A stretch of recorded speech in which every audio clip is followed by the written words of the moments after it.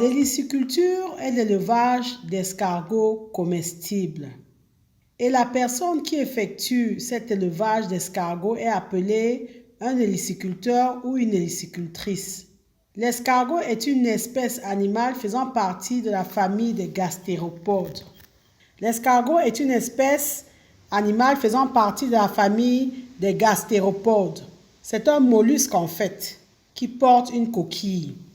Nous vous incitons à vous intéresser à l'héliciculture pour plusieurs raisons. Déjà, l'investissement de départ n'est pas très élevé. Pour commencer l'héliciculture, vous n'avez pas besoin de sommes énormes, contrairement à d'autres élevages. En plus de ça, vos charges d'élevage sont quasiment négligeables. L'escargot se multiplie vite. Donc, très rapidement, votre cheptel va croître de façon d'ailleurs exponentielle.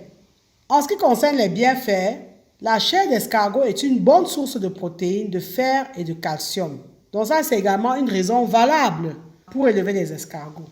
De plus, il faut savoir que l'élevage d'escargots n'est pas un élevage nuisible à l'environnement, contrairement aux autres élevages conventionnels qui polluent par leur odeur et par leurs déchets.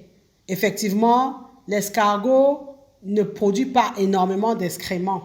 La chair d'escargot est prisée et procure des revenus. En dehors de la chair, il faut savoir que tout se vend sur l'escargot.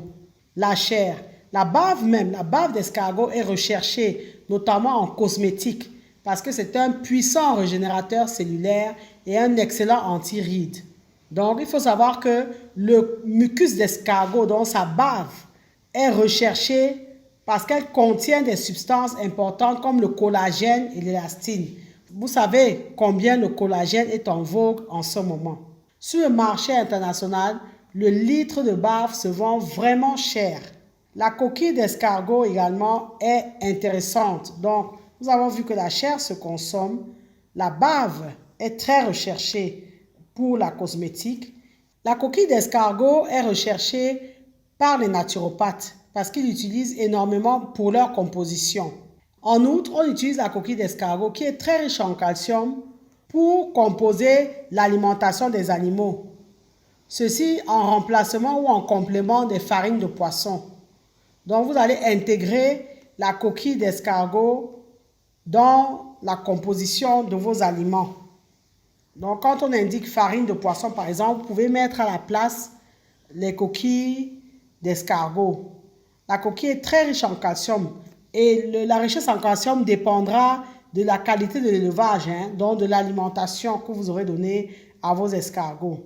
Autre raison pour laquelle nous vous encourageons à faire l'héliciculture, c'est que l'escargot est utilisé pour prévenir et soigner beaucoup de maladies. Et enfin, sur le plan pratique, vraiment, les travaux journaliers dans l'élevage d'escargots nécessitent très peu de temps. Il n'y a pas énormément de travail quand on fait de l'héliciculture. Donc, c'est un élevage facile, entre guillemets facile. Il y a quand même des choses à savoir, mais néanmoins, par rapport à d'autres élevages, d'autres gros élevages, c'est un élevage assez facile et qu'on peut mener en même temps que d'autres activités. Il faut savoir que l'héliciculture est une activité très délicate parce que l'escargot est un animal un peu fragile. Et ça, il faut le savoir avant de se lancer. Le taux de mortalité des escargots est assez élevé parce que vous allez, tout au long de votre processus de production, faire face aux maladies, aux vers, aux prédateurs, etc. Quelquefois, même, vous allez arriver à 50% de perte de votre cheptel. Ça, il faut en être conscient. Une chose est sûre, il y a une demande en escargot. L'escargot est recherché. Quand vous allez élever les escargots, il faut tenir compte de 3 facteurs qui ont un impact significatif sur la tenue de votre ferme à escargots. Il s'agira de la lumière, de la chaleur et de l'humidité. Si vous réussissez à maîtriser ces 3 facteurs-là, vous allez réussir votre élevage. En effet, les escargots sont sensibles à l'humidité de l'air, donc à l'hygrométrie. Ils sont sensibles à la luminosité, donc à tout ce qui est lumière, et ils sont sensibles à la température. Donc, ce sont ces paramètres que vous devez, en tant qu'héliciculteur, suivre en permanence. Et c'est au niveau de la maîtrise de ces 3 paramètres que réside la difficulté de l'héliciculture. Sachez que l'escargot est un animal hermaphrodite, c'est-à-dire qu'il est à la fois mâle et femelle. Mais ce qui ne veut pas dire qu'il s'auto-féconde, ça veut dire qu'il ne peut pas s'accoupler lui-même, même s'il a les deux organes reproducteurs. Donc, pour se reproduire, l'accouplement est obligatoire. Ça veut dire que vous devez avoir plusieurs escargots qui vont se féconder entre eux. Pour la conduite de l'élevage, partez sur une densité de 25 escargots au mètre carré lors de la conception de votre escargotière. Mais il y a également des espèces qui aiment s'entasser. Là, vous pouvez aller jusqu'à 40 escargots au mètre carré. La papaye est prisée par les escargots. Ils vont consommer tout ce qui est sur la papaye, des feuilles aux fruits, même les fruits non mûrs. Les légumes feuilles également. Mais comme pour tous les élevages intensifs, vous devez éviter les problèmes d'hygiène et d'entretien et donc vous devez vous fournir en nourriture professionnelle. Les escargots consomment la provende. Donc vous devez acheter la provende ou travailler à savoir fabriquer sa propre provende. Comme vous le savez déjà, on l'a dit, l'escargot est un animal fragile. Et puis, si vous êtes à l'habitude de la chaîne Agri TV Web, nous vous encourageons toujours à transformer votre production. Il ne suffit pas d'élever les escargots, mais il faut travailler à savoir, mais il faut travailler à transformer votre production d'escargots. Pour cela, il y a des étapes clés dans le processus de transformation. Déjà, le lavage. Il faut savoir laver les escargots.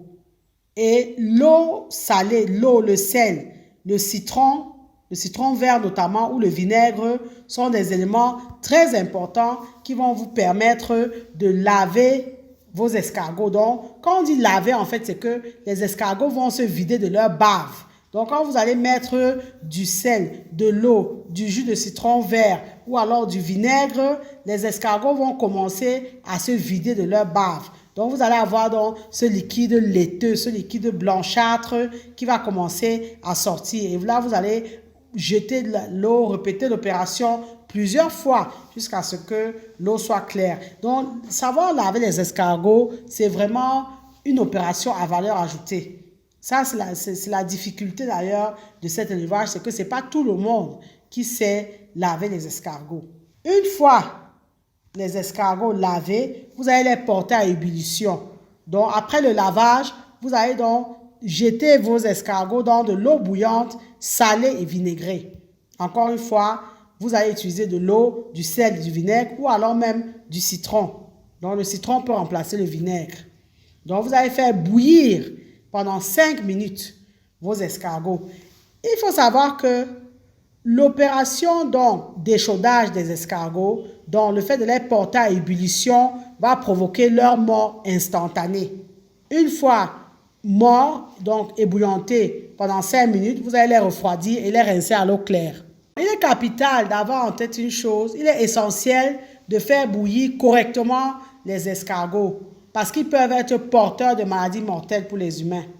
Donc certains escargots abritent des vers, ils abritent des maladies, donc il faut vraiment les cuire vraiment correctement afin de détruire éventuellement les germes qu'ils portent. Après l'opération d'échaudage des escargots, vous passez donc au décoquillage. Cette opération de décoquillage consiste à extraire l'escargot de sa coquille. Donc, une fois l'escargot sorti de sa coquille, vous allez donc égoutter le liquide organique qui va s'écouler. Vous allez retirer les viscères, donc tout ce qui est cœur, estomac, rein, foie, intestin, etc. Et vous allez couper la tête. Donc, vous allez obtenir une chair propre que vous allez encore bouillir, nettoyer, laver. Là, vous êtes sûr que vous avez un produit propre. En ce qui concerne la cuisson, vous pouvez faire cuire vos escargots, vous pouvez les faire frire, vous pouvez les fumer, etc. selon vos convenances. Plusieurs sous-produits peuvent être issus de la transformation de l'escargot.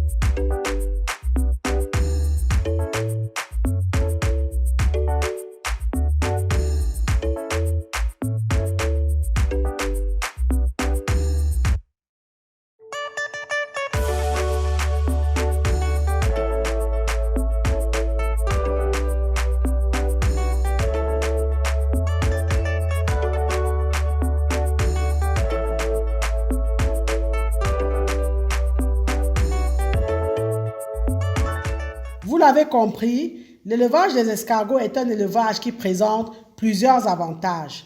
Les escargots ne font pas de bruit, ils ne dégagent pas d'odeur, leurs excréments ne sentent pas mauvais, ils mangent relativement peu, ce qui va donc réduire le coût d'alimentation et donc ce qui va réduire les charges de production. Les escargots ont un potentiel commercial très élevé. Il faut savoir qu'en général, dans la plupart des pays dans le monde, la demande d'escargots est toujours supérieure à l'offre. Donc, aucune raison pour ne pas devenir héliciculteur. Comme dans toute activité d'élevage, bien entendu, vous allez travailler l'hygiène parce que l'hygiène reste la clé de la réussite dans les élevages. Vous devez vous former de façon solide et vous devez persévérer. Merci de liker, commenter la vidéo et surtout la partager si vous pensez qu'elle vous a été utile et qu'elle peut l'être à un autre agripreneur.